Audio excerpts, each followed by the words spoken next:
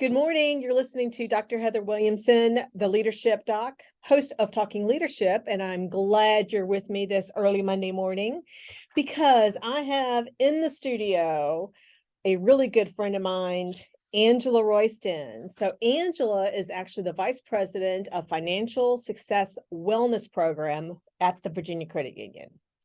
And we have known each other for how many years Oh, now? wow.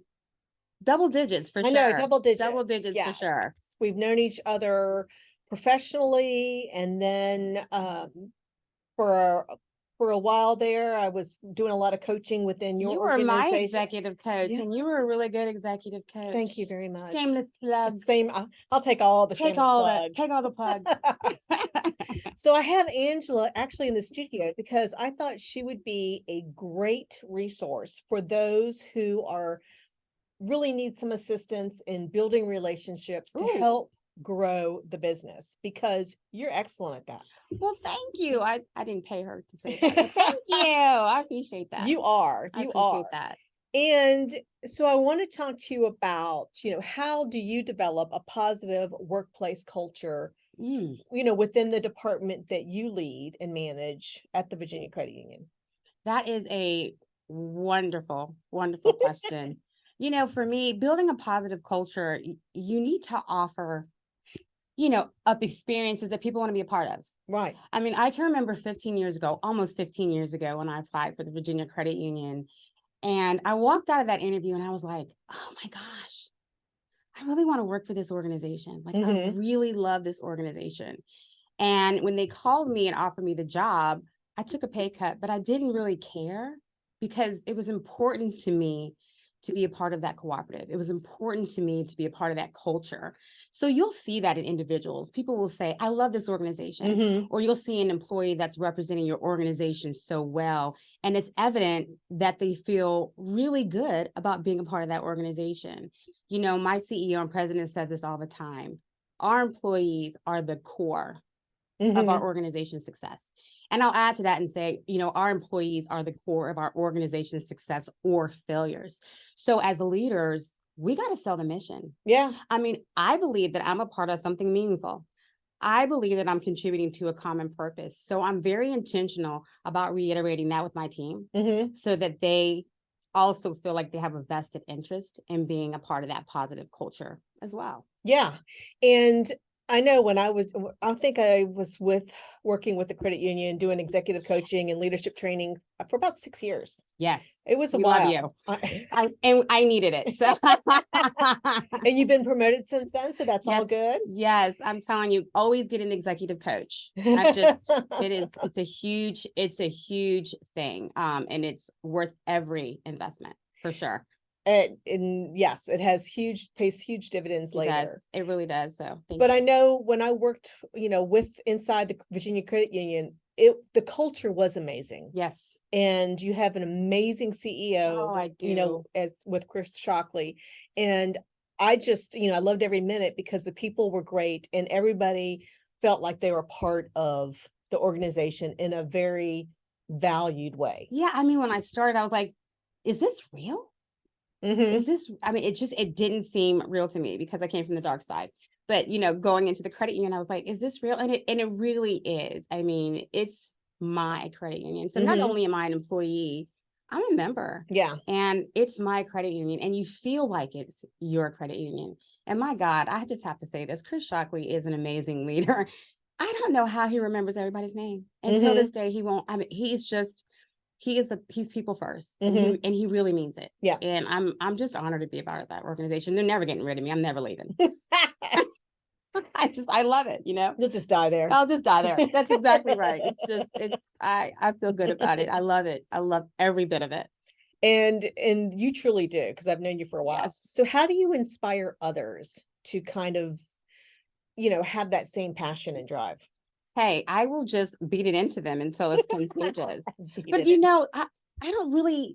I honestly don't have to do that much because when you're a part of the organization, you see it all around you, right? And people get excited about that. It's contagious. If you're around doom and gloom, that's contagious. But if you're around people that are pumped up, that are like evangelists, spreading the good word about the credit union, they're like, wow, Mhm. It's a contagious thing. So I just try to be that person that's like, all the cool kids are doing it. All the cool kids are with this organization. Peer pressure. And yeah, peer pressure, but it's authentic, Yeah. right? Like it's authentic. I really believe in Mhm. this organization. And I really get kind of upset if you don't believe it with me. Mhm. It's like sales. You Mhm. know, I mean, we have to sell the mission. We have to sell the mission, but we also have to come across as authentic. We Mhm. have to be transparent about it. And either you're with it or you're not. But 100% of the time you're with it. I mean, it's the Virginia Credit Union. Mhm. I'm not just saying that. I really just it's transformed my life. I love it. So what are some of the challenges in creating that amazing culture that you Oh, have experienced? ooh, Dr. Heather. Okay. So one of the challenges for me is that silent employee. That scares me to Mhm. it scares me to death. Because you're not getting feedback. Yeah, it scares me to death. It's like you know, if I'm dealing with a silent employee, I'm like, "Ugh, they're not comfortable to express themselves. Maybe they Mhm. feel like they're not in a safe environment to express themselves. Mhm. And that's really scary to me because that quiet employee could be that overachieving person, that Mhm. person that steps outside the box, that risk taker. But if they don't feel safe to express themselves, that's kind of on me. Like I got to take a little bit of ownership of that. Mhm. You know, I'd rather hear criticism and say, you're not doing a good job than hear nothing at all. Mhm. So that's a huge challenge for me because a silent employee could eventually be the quiet quitter. Exactly. And we don't want the quiet quitter. We want to save them. And I would say, just, from my experience looking in, it's really the people that come from outside Yes. a credit union environment. Yes. It's different. It's totally Night and different. day. Yeah. And they may not have had a great experience at their last employment, hence maybe why they left. And they're thinking that that's their only experience. So they're going to maybe experience the same thing within the credit Yeah. union. I mean, you do feel like an outsider. Mm-hmm. Right. And a lot of people that come from a different sort of industry coming into the credit, it is new, it is different. It is Yeah. just this cultured center environment. And you do essentially feel like an outsider at first, but those come with advantages. I Mm-hmm. mean, for me, I look at being an outsider as an advantage because you can uncover more opportunity to add value coming from the outside than Mm-hmm. being a part of it. So Especially with ideas on especially with doing things ideas. differently. Yeah, we welcome Mm-hmm. innovation. We welcome ideas to Mm-hmm. grow. We're like share your ideas. It only makes us stronger. Mm-hmm. So, you know, that's my challenge. I don't like those silent employees, Mm-hmm. basically because I'm loud. I'm talking all the time, and I don't want to fill in the Mm-hmm. blanks. I want you to talk. Like tell me I'm a terrible leader, or tell me I hate this idea. Tell me something. Tell So me how do you something. get them to actually talk? Well, I tell them, listen, I want to hear what you have to say. Mm-hmm. I challenge them. Look, the next time we have a meeting, I'm encouraging you to raise your hand, Mm-hmm. ask one question, right? Mm-hmm. Engage in the Baby conversation. steps, baby steps. Baby steps, right? But say something. People value what you say, Mm-hmm. but it won't help if you don't say anything at all. And so I just challenge them, tell me something.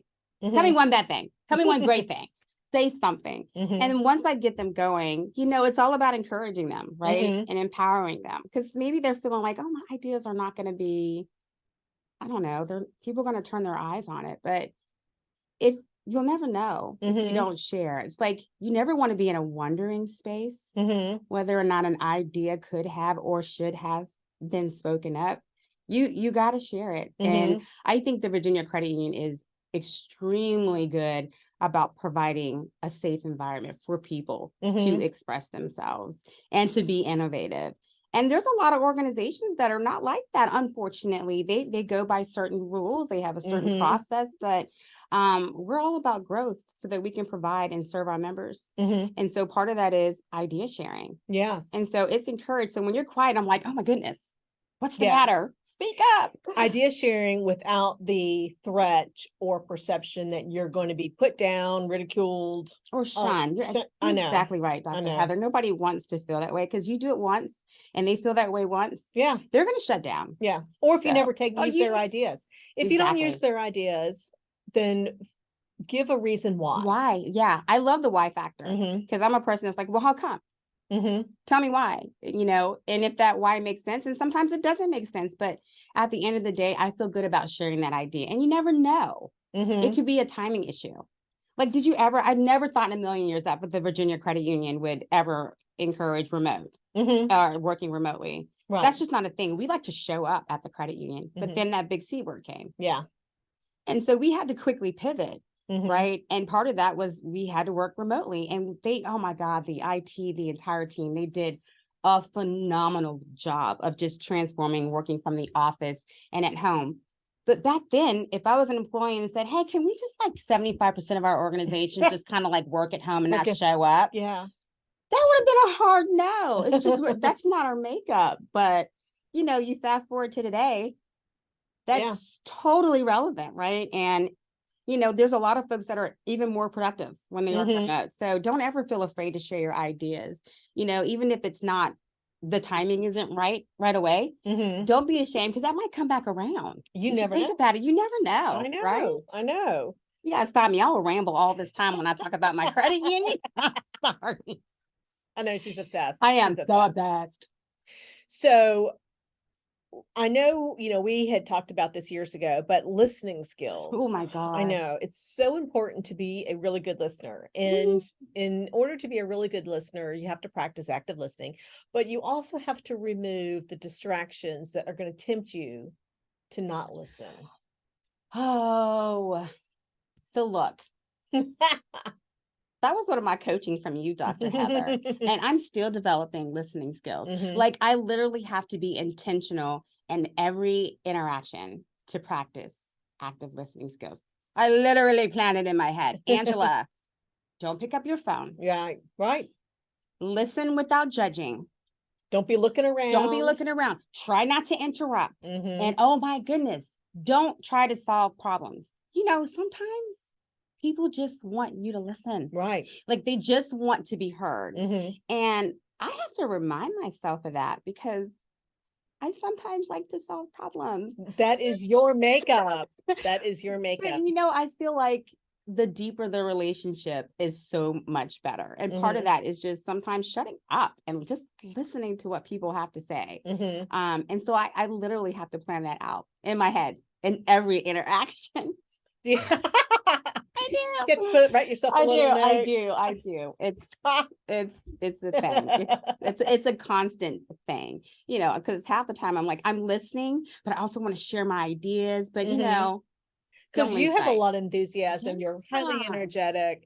And for some people, that might shut them down. Oh, most definitely. I've had people say, you're at a 10. You're like, You're you out of 5. you're too much. I'm too much. I'm too much, but I mean, to me, it beats the alternative, but it's also important to listen to people and understand the best way to effectively communicate with them. Mhm. And if I feel like I'm giving too much, Mhm. then I will turn the volume down. Mhm. Just so that I can cultivate that deeper relationship with that individual. And part of that is listening and Yes. understanding that individual and understanding, how they like to be communicated. That's that whole DISC It assessment. really is. Which we that did one that that you did. in I all love the- it. yes, I love organization. it. I got plenty of Dr. Heather stories of how she's been so instrumental in my growth.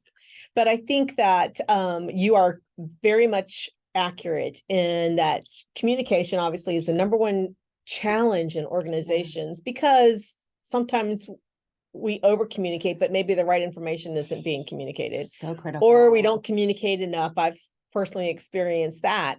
And it's really hard to find what that happy medium is. It and is. Sometimes you have to kind of like go, all right, I'll send an email, I'll do a blast, Yep. Company blast, maybe put it in newsletter, follow up with with your team, do that one-on-one. Did you have any questions about what I sent out earlier? It's kind of figure out knowing your people. Yeah, I was gonna say you gotta know your audience. Yeah. And you gotta know how to talk to them because it's not a one size fits all It's not. approach. It just isn't. Mm-mm.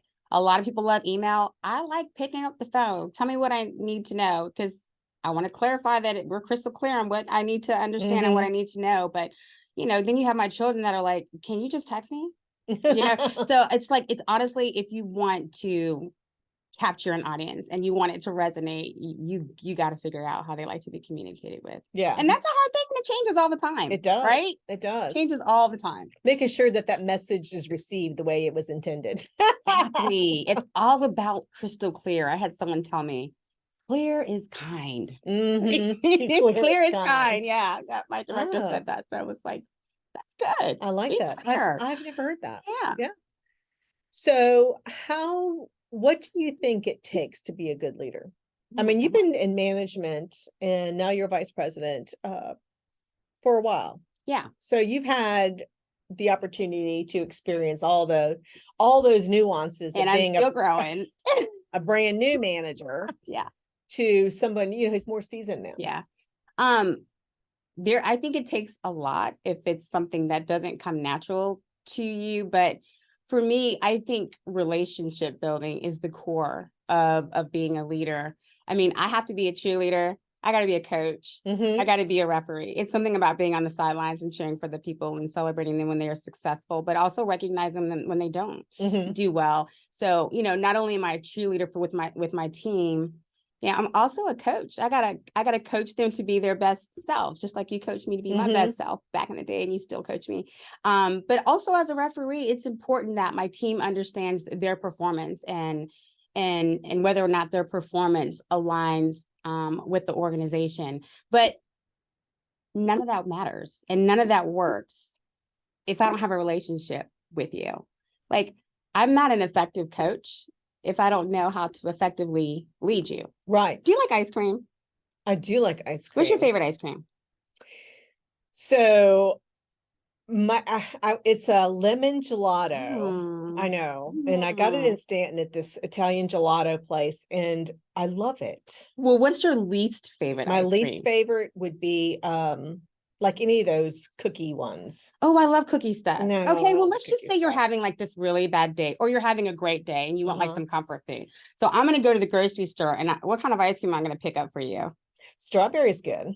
But I'm gonna pick up your favorite Lemon. because you just told me that was your favorite. Why wouldn't I pick up anything with cookies in it? I know. Why wouldn't I do that? Because you don't Because like you it. don't I don't like it. Don't you? And I I'm mean, not going to appreciate you because you weren't listening to me. exactly. But don't you love it when people get you? Yeah. I love it when people get me. Mhm. I mean, the Virginia Credit Union says we got you. We don't just say we got you. We say it because we get you. And in Mhm. order to get you, we have to cultivate that relationship with you so that we can be effective when we're with you through your financial journey to be Mhm. financially confident. It's just something about people getting me. I want to do business with people that get me, right? Yeah. I want to hang around people that get me. I want leaders to lead me that get me. And I want to be a leader that gets you. So that's why I say relationship building is at the core of leadership, because I want to know all about you so that I know how to be a good leader to you and a Mhm. good friend to you. And you can't do that if you can't build relationships. And you actually say something that really resonates with me, and that is that you're not looking out for your own agenda No. or the agenda of the organization. You are looking out for what's best for the member. Exactly. Within a credit union, it's a member. Within your business, it's a customer or client. Right. Yeah. It's important to us because the members are the boss of us. I know I hate to say that, but they're the owners. When you become a Mhm. member of the credit union, you're an owner of the credit union. We do what is in the best interest of you. And how do we know that if we don't know you? That is so important. Like, you asked me, like, what scares you the most, what challenges? Also strangers. Like, I don't like to be Mhm. in a space with strangers very often. So I'm jumping in. Hey, I'm Angela. Who are you? So that we can get And past she that does moment. And I that. do that. And I Yeah. do that because it's important to me to know you. Yeah. That's the best way. That's the best level of communication. Once you have a relationship, everything else falls in line. Mhm. You're an effective communicator, right? You're Mhm. able to coach that individual. You're able to have those tough conversations, and you're able to kind of guide those conversations. And all of that is developed through relationships. Yeah. It's like so critical. It's so important. Which also, when you do that, you build trust. Yes. And I know you see the sign behind me, Magnetic Trust, Yeah. which actually Chris Shockley is a contributor in that. I in that book. know. I love Because that. he's an amazing leader, and I had to have him, talk about one of the areas of trust. But Trust it's is true. important. It is so true, because if you don't have trust, then you're going to lose members, you're Yep. going to lose customers, people are not going to be happy. Yeah. You're going to get a bad rep because they're going to complain on you on social media. And people tend not to forget right away about Yeah. things that we don't do right. Mhm. Things that we do well, they forget that sometimes. But Mhm. oftentimes when you leave a bad taste in someone's mouth, it's a scar. It sticks with them. So we try to avoid that at all costs. And it does come with trust. And I trust our leader when he makes decisions and he brings us in on it. I trust that he's making the right decision. And that's extremely important. And over my career, I couldn't say that about a lot of organizations. And then there would be times where I'm out and about and people say, "Where do you work?" I'm like, I'm proud to say Mhm. that I am a member and that Mhm. I am an employee of the Mhm. credit union. It speaks volumes because we have built such a positive reputation in Mhm. our community. We are servant leaders and we serve our members and we Mhm. love it. We Mhm. love it. So how would people get in touch with you, Angela? If they're like, "Oh man, I really love what Angela's saying. I want to get in touch with her." Oh my gosh, you ready to talk? Carve an hour. You can email me at angela.royston@vacu.org. You can come by the office, go to any of the branches. Email me. Let's talk. Let's connect because I want to learn from others. I Mhm. mean, I'm not going to stop growing. I'm going to grow and grow and grow to the day I die. So I'd love to hear any of your feedback or opinions about leadership, something that can be added to my life so that I can apply it to my team, because my team is so important to me. Mhm. And it's so important to me that my team is happy, that they have all the resources and tools that they need to be successful, because Mhm. they make me look good. I'm Mhm. nothing without them. So yeah, you can reach out to me anytime. Let's share ideas. I love sharing. Or reach out to Yeah. Read the book. Read the book. You can get on Amazon. One other thing. yeah. What do you think is probably in your mind one of the most important things in being a leader? Hey, I don't mean to put you on the spot, but if you were going to give advice for somebody who is maybe struggling in that leadership role, what Mhm. piece of advice would you have for them? Well, I mentioned this a while ago. There are times where people want to share ideas with you, and oftentimes it may not be of value to you at Mhm. first because maybe you've been a leader for a very long time. I think it's critical as leaders, active listening Mhm. skills, right?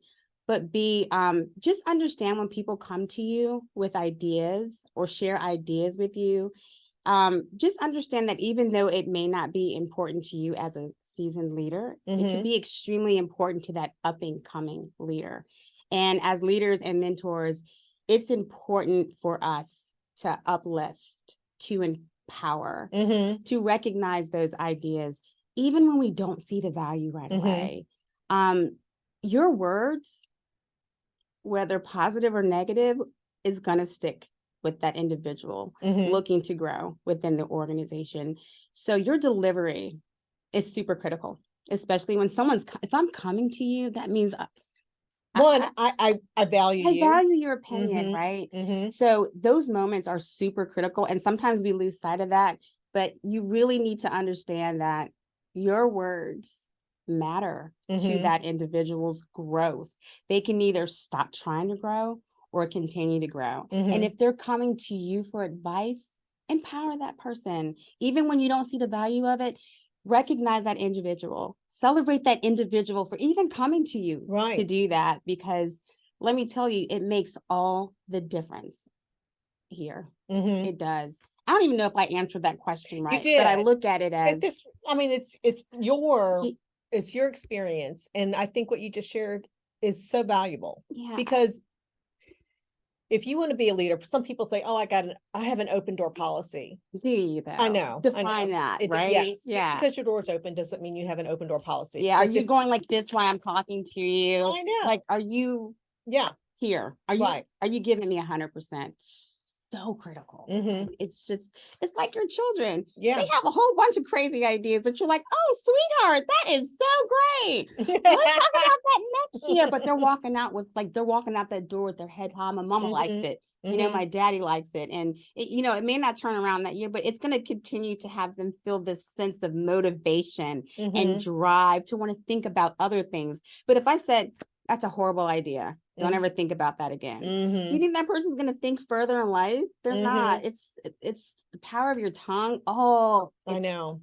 it's so critical. Yeah. It's so critical. Yeah. You can shut them down or you You can lift them up. you can lift him. Thanks for lifting me up, by the way, Dr. Heather, all those years ago. It is. It's critical. It really is. I Yeah. hope I answered that question, but that is something near and dear to me that I want to be 100% for anybody that's asking me a question, because Mhm. that just means they thought of me as someone that could give valuable advice. Mhm. And I don't want to shoot them down about it. And Mm-mm. there's a way to do it, even if it's not valuable. There's a way to have a discussion to encourage them to keep exercising their ideas and their Mhm. innovation and their thoughts, right? Mhm. It's Mhm. just, and our organization does that well. We empower people. So Mhm. I think that part of that encouragement for people to share ideas, even if you think that they're ridiculous, yeah. but like you said before, if you shut them down, then they're not going to come to you again, Right. and they're not going to feel like that you're open. Yeah. And just the missed opportunities Yeah. to make, even if it's as small as your department or just another employee on the team, to be a better person. Right. They think about those things, Mhm. right? If they came to you, they're like, they thought about it. Mhm. They thought, oh, they're going to love this idea. Mhm. And then you go and shut them down. Oh, yikes. Be careful. Mhm. Celebrate that they even thought of those ideas and encourage them to continue to do those things. It's so important. Mhm. Having cheerleaders, Having to, coaches, I and know, referees. cheerleaders, coaches, whatever you want to call it. Whatever you want to call it. Yes. Yes. So, we've talked a lot about creating that amazing culture where people want to come to work every Yes. day and Provide not, experiences. and not dread getting up in the morning, about active listening and making sure that you are really truly present in the conversation. Most definitely. Yep. And how to empower those that you manage. So, and we share with me maybe one challenge that leading the team that you have, because you're all about getting out in the community. Yes, absolutely. Which is, kind of think of it as a sales role. Yeah. Yeah. What is like the number one challenge that you've seen your team members experience in that sales role? Well, I mean, I could go back to COVID. Like, we're still sort of we Mhm. had to pivot right away. The core of our job was getting out and being in front of people. Right. And so when COVID hit, we quickly had to pivot. And I really, really had to be micro interested and involved in my team, because they're like, well, this is what I do every day, right? And so I guess the challenge right now is kind of encouraging the businesses that we work with to say, Mhm. hey, we got to get back to normal. We got to sell this wellness program. We got to Mhm. encourage these individuals that, life kind of still goes on. And that's a struggle. It has been a struggle for the last couple of years, but we're slowly getting there. But I got to tell you, like, my team, they're all Mhm. about some financial success at work. So, I mean, I think the most challenge, I would say, and I probably said 2 or 3 challenges, but the most challenge is trying to find time to do it all. And that's a whole other segment on time management. I But know, because you put a lot of hours in. yeah, we do. We do put a lot of hours in, and we love serving. We love serving our members in our organizations. And sometimes a lot of events come on at the same time. Mhm. And you're like, yikes, I can't be everywhere at the same time. But we just work on ways to make sure we're serving them, even if we're not there, if we can't be there. So I think, and I know my team, they're like, that's my core. Like, I want to be there in person, but unless there's a clone system in place, they can't be. So they just have to quickly come up with ideas to make sure that they're still serving a purpose Mhm. with maybe organizations that may be 4 hours out versus organizations that are like here. Mhm. So that's their thing. They want to give themselves, but Mhm. they just can't be stretched in 50 million different directions. And I get it. And if that's the worst challenge, that's okay. I Yeah. like that challenge. Hopefully it's not a challenge of I don't like what I do, but it's a challenge of I can't be every place at one time. Mhm. And that's a good thing to have. It just means there's opportunity to expand the team. Mhm. Well, I'm really glad that you made time today I'm to be oh here in my the God, studio. I'm so excited. I'm like, she must be mistaken. She knows I talk so much. It's gonna have to shut me down, but it's an honor to be with you, Dr. Heather. Honor, honor, honor. Well, thank you, Angela, Thank for you. being in the studio today and sharing your experience as a leader within the community, because you do a lot in the community and Love my also within the community. credit union. Thank you so much. Thank you so much for having me. You're welcome. All right, so that's going to do it for us today. Thank you for listening to Talking Leadership with Dr. Heather Williamson, the Leadership Doc. And if you want to improve your leadership skills, then check out my website at transformationgroupllc.com. And then you'll see the services that we provide and that we offer. And until next time, have an amazing day. Bye. Bye.